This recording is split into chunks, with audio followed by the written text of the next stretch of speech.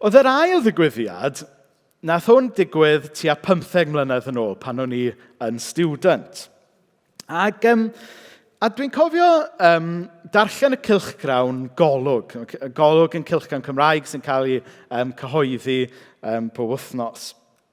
A fe gyhoeddodd y vicar a'r dramodydd Aled Jones Williams erthygl yn Golwg, neu oedd e'n erthygl amdano fe neu rhywbeth, neu cyfweliad gyda fe.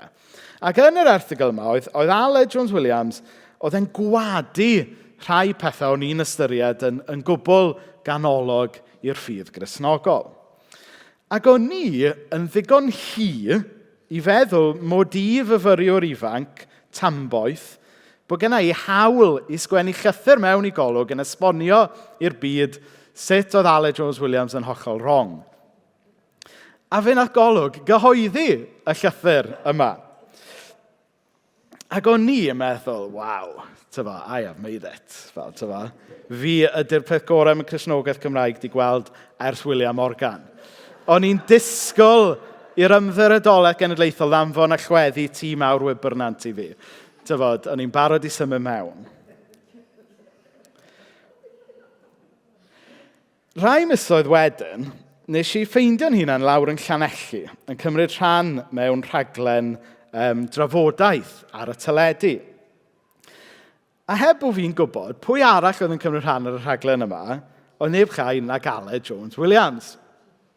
Ac ar y noson, eto'n llawn o fy malchder ysbrydol, nes i just ysgoi Aled. Nes i roi rhyw evangelical snub iddo fe.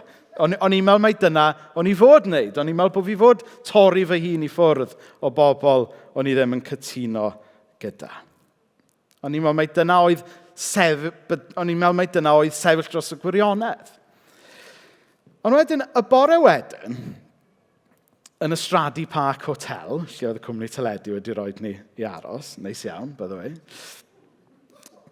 Pwy gerddo mewn i'r stafell frecwast? Ond Aled Jones Williams. Ac oedd e'n chwilio am lift nôl i'r gogledd.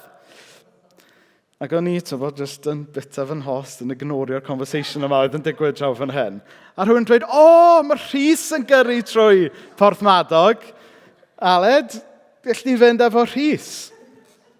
A wedyn dyna lle o'n i yn wynebu taith 4 awr yn y car, gyda'r dyn yma, o'n i wedi bod yn slandro'n gyhoeddus yn Golwg. O'ch chi fod be?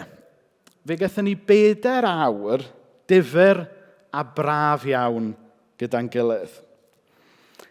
Mai fi oedd yr union gredwr, mai fi oedd yn credu'r pethau cywir i gyd, fi oedd yn credu'r athrawiaethau cywir a'r syniadau cywir, Aled oedd yn dangos tosturi a gras. A nath hwnna argraff ddofn arno fi. Nath e'n neud i fi sylwi fod bod yn Gristion yn fwy na jyst credu y pethau cywir. Bod e hefyd ynglyn â cario ysbryd Crist. I ddeud y gwir, bod e fwy yn neud y cario ysbryd Crist na credu syniadau cywir. Mae credu syniadau cywir yn bwysig. Peidiwch cael fi'n wrong. Dyna pam dwi wedi dechrau cael ni adrodd y credo apostolaidd pan da ni'n dathlu'r cymyn ac yn y blaen. Mae credu pethau cywir yn bwysig.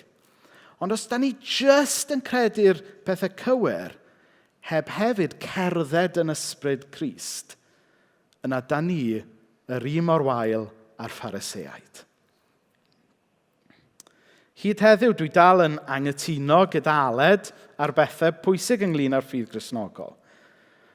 Ond y diwrnod yna, nes i sylweddoli hefyd bod angen i fi gael fy ail-eni. Os chi'n deall beth sydd gyda fi. O'n i wedi cael fy ail-eni pan o'n i'n iau, pan ddes i gredu yn Iesu am y tro cyntaf. Ond oedd dal gwaith gan Dduw i wneud yno fi. O'n i angen cael fy ail-eni.